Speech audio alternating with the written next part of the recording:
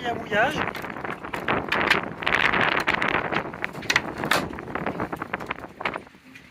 Avec dedans une gaffe.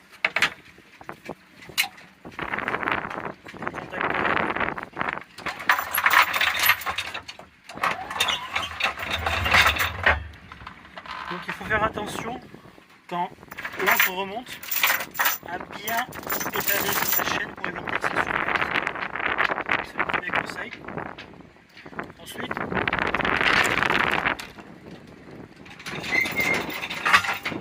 l'encre est une Rockna qui fait 20 kg. Elle est énorme et elle est faite pour un bateau de 18 mètres. Donc c'est impossible de déraper avec cette encre qui a une forme un peu particulière. C'est la meilleure du marché avec cet arceau qu'il y a devant qui fait que l'encre pivote toujours et elle a une pointe qui est restée. Donc elle s'enfonce toujours dans le sable tout le temps. La recommandation, comme elle est très grosse, c'est quand elle remonte, bien vérifier qu'elle soit dans l'axe du bateau. Si jamais elle s'engranche à l'envers, ben, il faut la pivoter avec la gaffe. Nous avons dans le fond une main de fer qui est cet objet qui se met en travers des maillons. En travers des maillons. À l'extérieur, bien sûr, c'est fait pour soulager la chaîne. Quand vous êtes au mouillage, vous reprenez sur cette corde. Ça évite les bruits de chaîne qui tournent dans tous les sens et ensuite ça soulage le guindet. Là devant, nous avons l'enrouleur qui est très classique. Devant, avec la drisse de Spic, je mets loin devant. On va vérifier que la drisse soit bien tendue. Pour pas que elle vienne de tomber.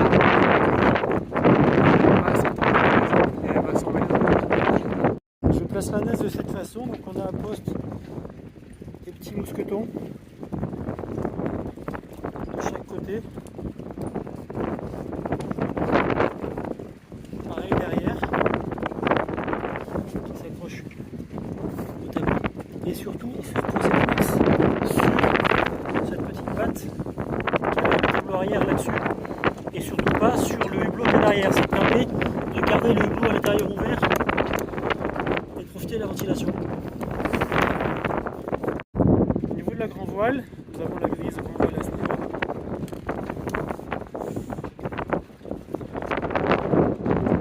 Ensuite, la grise grand voile, je l'accroche à ce niveau pour éviter qu'il y ait un flap trop. On a un lazy bag.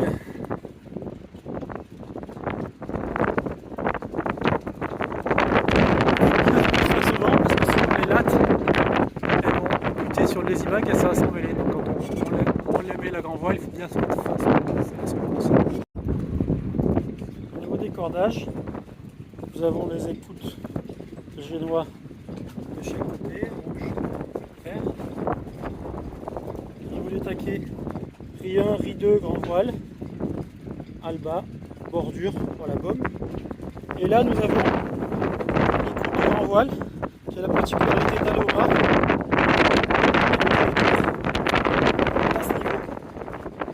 Ça permet, quand on est au génois, quand on travaille au winch avec le génois,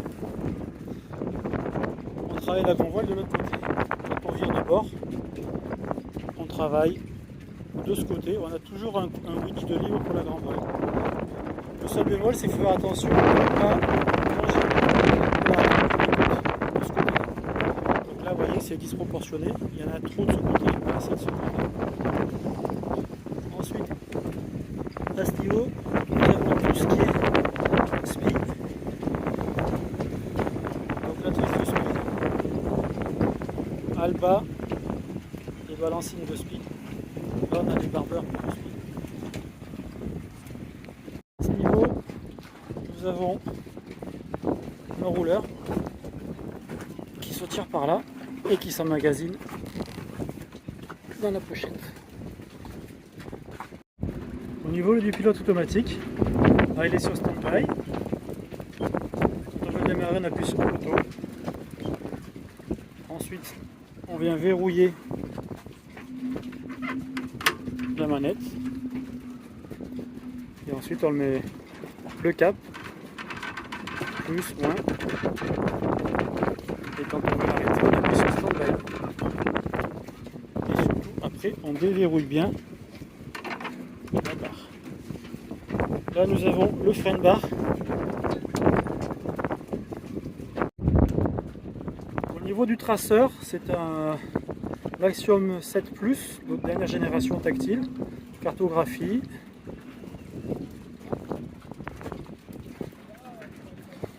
Donc il suffit de mettre un point de route, il est tactile bien sûr.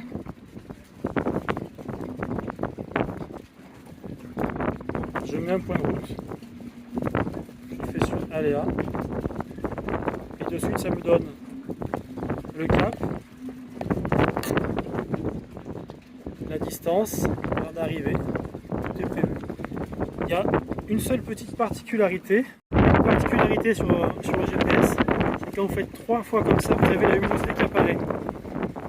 Donc si c'est la nuit par exemple, vous allez baisser la luminosité, sauf que le jour, il faudra bien savoir en faisant ça que la luminosité est là, remonter la luminosité. Et ça, des fois, on y va un petit peu à l'aveugle. Au niveau de l'électronique, nous avons le lock qui fait aussi température de l'eau. L'anémomètre, bien sûr. De l'autre côté, nous avons le sondeur. Donc 1,50 m, c'est l'eau qu'il y a sous la quille. La quille fait 2,05 m. Donc là, il y a 1,40 m sous la quille de 2,05 m. Au niveau du moteur, on allume. La sonnerie, ça tout va bien. On appuie sur le bouton. Là, on a la manette des gaz. J'appuie pour débrayer. On est mort. Et là, je fais marche avant. Sur le coffre bâbord, nous avons la rallonge électrique. Et ensuite, c'est là sur l'arrière, directement chargeur de 120 volts.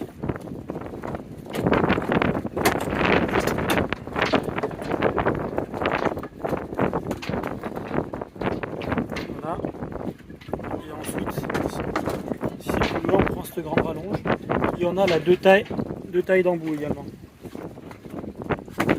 À ce niveau, on a le gaz.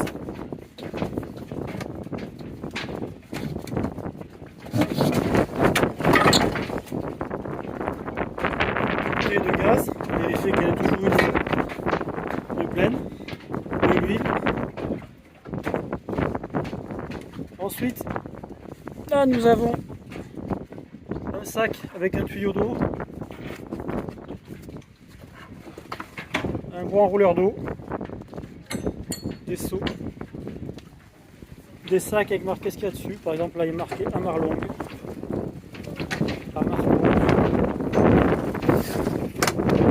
Un sac où il y a tout pour nettoyer. Un sac VIP pour tous les affaires de plongée par exemple. Et un deuxième sac pour mettre vos affaires. Nous avons le coffre tribord où on met la nourrice. Là il y a un sac avec l'encre de l'annexe et une encre fixe à vis.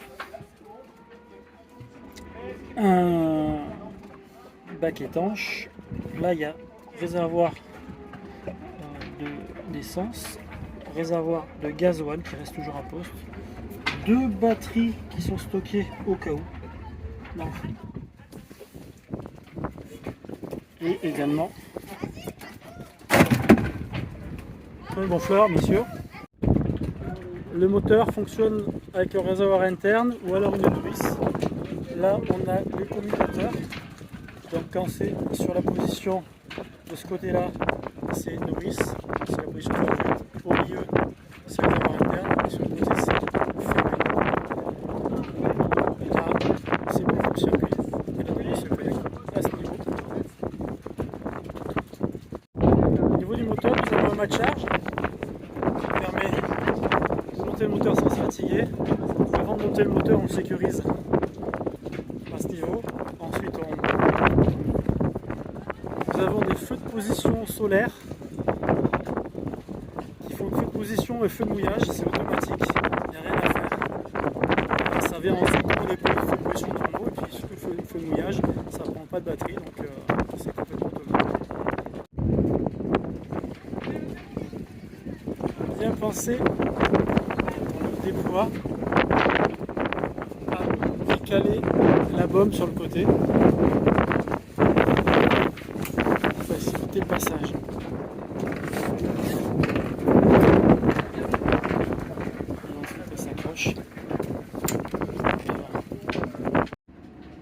Commençons par la cabine avant. Donc dans la cabine avant, il y a un premier coffre. À l'intérieur, brassière de sécurité. Alors le coffre a du mal à se fermer. Ensuite, sur ce coffre-là, nous avons perceuse, boîte à outils, feu de position, feu de sécurité, et tous les gilets de sauvetage sont à ce niveau. Donc gilet, brassière, harnais. Ensuite là nous avons donc la penderie avec des tupperware et plein de choses, vous pouvez mettre ce que vous voulez. De l'autre côté, un lavabo pour la cabine avant. Un petit aspirateur 12 volts. Et là, la trousse à pharmacie, sèche-cheveux et le slurry extincteur. Au niveau de la cuisine, nous avons en bas donc la pompe eau de mer, eau chaude, eau froide, et là ce qu'on entend c'est la pompe qui met la pression d'eau, donc c'est normal.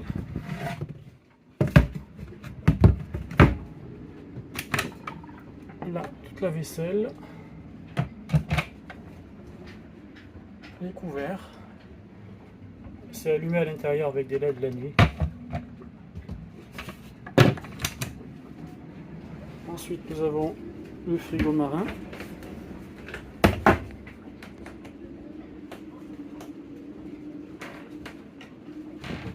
et le frigo. Là nous avons la gazinière marine.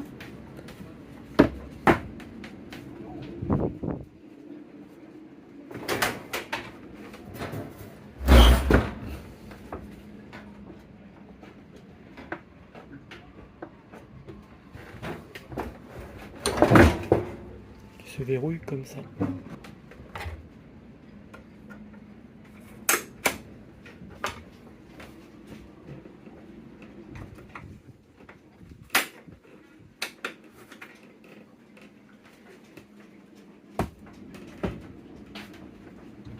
À côté, nous avons le frigo qui est très grand et très profond. Donc au fond, il y a une bonde. Et comme ça, vous pouvez mettre de l'eau et ça va s'évacuer directement à ce niveau. Et toutes les évacuations dans le puisard qui est là. Donc il faut bien penser quand vous mettez de l'eau quelque part, que ce soit dans la douche, dans les deux douches, dans le frigo, de mettre la pompe de douche que l'on entend là, c'est ce qui va évacuer là l'eau. Au niveau du frigo, c'est une source de dépense d'énergie, donc il se met en sécurité quand il n'y a plus assez de batterie. Donc c'est normal qu'il s'éteigne. S'il s'éteint, c'est qu'il n'y a plus assez de batterie. Donc là vous voyez les batteries qui se testent là, service et moteur. Donc c'est qu'il n'y a plus assez de batterie, il se met en sécurité pour garder l'énergie pour d'autres fonctions. Donc moi je vous conseille, avec le thermostat qu'il y a là, de baisser le frigo au maximum pour préserver l'énergie. Là vous avez un bac à glaçons éventuellement quand vous êtes au port. Au niveau des rangements de la cuisine, sous l'évier nous avons la poubelle, tous les produits d'entretien qu'il y a derrière. Là. Là, nous avons sous la gazinière un autre rangement pour les poêles. Nous avons également un coffre à ce niveau, également des poêles de nourriture, qui est également accessible par là.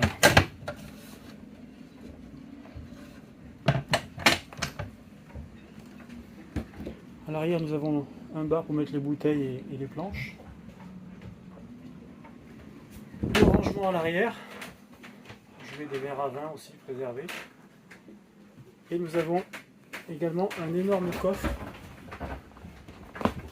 qui se situe là, pour toute la nourriture et les choses lourdes. À ce niveau, nous avons le moteur qui est central, qui est à ce niveau. Tout se démonte, s'il faut accéder au moteur, tout le siège se démonte et on accède au moteur. À ce niveau, nous avons le chauffe-eau que nous n'avons pas à utiliser. Donc le chauffe-eau est automatique, il se branche sur le 220 volts et il s'arrête et il s'allume là si vous voulez l'éteindre. 220 volts au port et circuit moteur quand vous marchez au moteur. Donc vous avez l'eau chaude quasiment tout le temps, il suffit de faire marcher le moteur. Au niveau des pompes, nous avons là la pompe de douche qui est là, et là-dessous il y a la pompe de cale. Elle se branche donc là, pompe de douche, on entend, et pompe de cale qui est plus silencieuse. J'attire le fait que si jamais il y a un problème d'évacuation dans les pompes, il y a sous ce plancher les crépines, et il se peut que les crépines soient bouchées, donc il faut dévisser les crépines.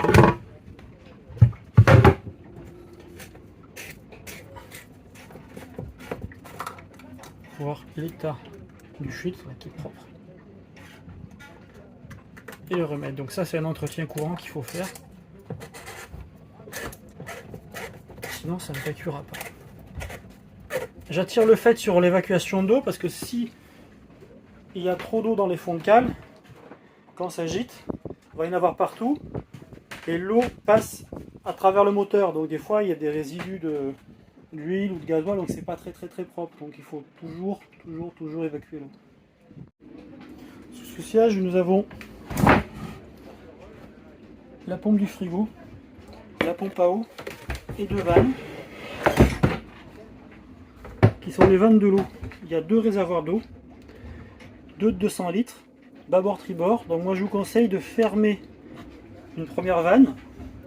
Quand vous avez utilisé 200 litres d'eau, ben, il n'y a plus d'eau, donc vous savez que vous êtes à moitié, donc vous remettez la deuxième vanne, comme ça vous gérez votre consommation d'eau.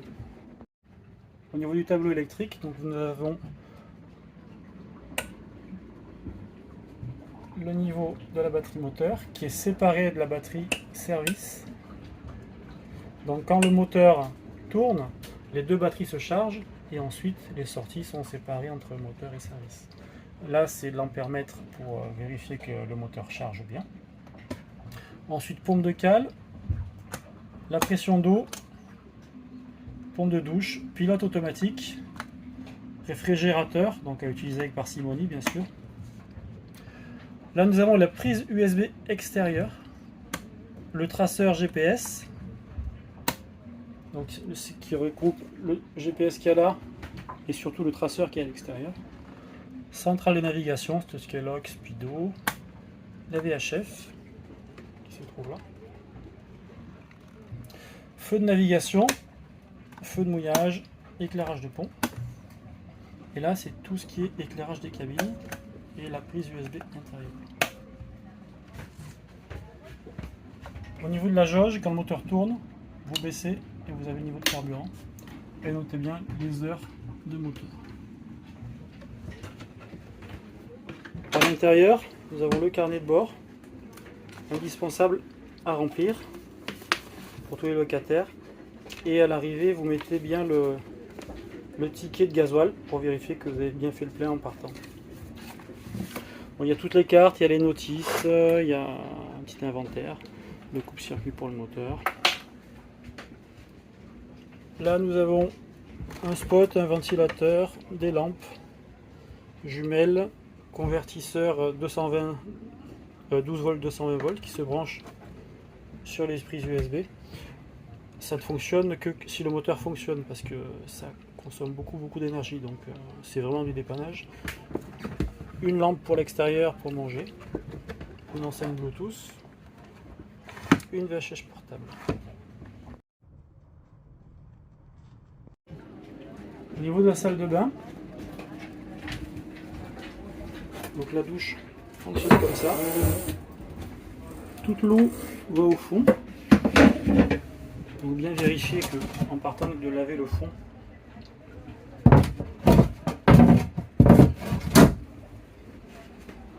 ensuite les WC marins fonctionnent de cette façon.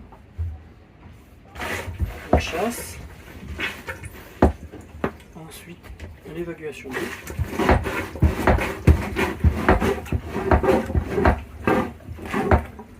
Alors surtout ne pas mettre de papier toilette dans les WC marins, sinon ça bloque tout. Et après il faut démonter la pompe. En navigation, pensez à fermer les vannes, toutes les vannes. Il y a des vannes aussi là, il y a des vannes partout. Si vraiment vous naviguez à la voile, dans le vent fort, il se peut que l'eau remonte par là si vous ne fermez pas les vannes. Au niveau de la cabine tribord,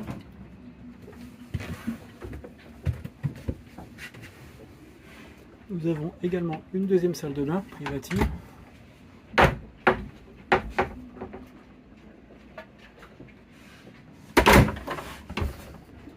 Dans le placard, nous avons des câbles éventuellement. Si jamais vous êtes en panne de batterie, nous avons des batteries de secours dans le coffre arrière. Et c'est également le lieu où il y a toutes les batteries qui se situent à ce niveau. Donc là nous avons un circuit double, circuit moteur, circuit service. Donc il y a 2 fois 120 ampères. Et celle-là fait 110 ampères pour le moteur, donc il n'y a aucun problème de batterie. Si jamais, on ne sait jamais, il y a quand même des câbles et des batteries donc dans le coffre arrière. Au niveau de la cabine bâbord, nous avons un grand rangement. Là nous avons le chargeur de batterie de quai, donc il n'y a rien à toucher, c'est automatique. Et un accès à la salle de bain. J'attire votre attention sur le fait qu'il y a des hublots partout sur ce bateau. Il y a énormément de hublots. Et donc il est important, avant chaque navigation, de vérifier tous les hublots pour ne pas prendre l'eau.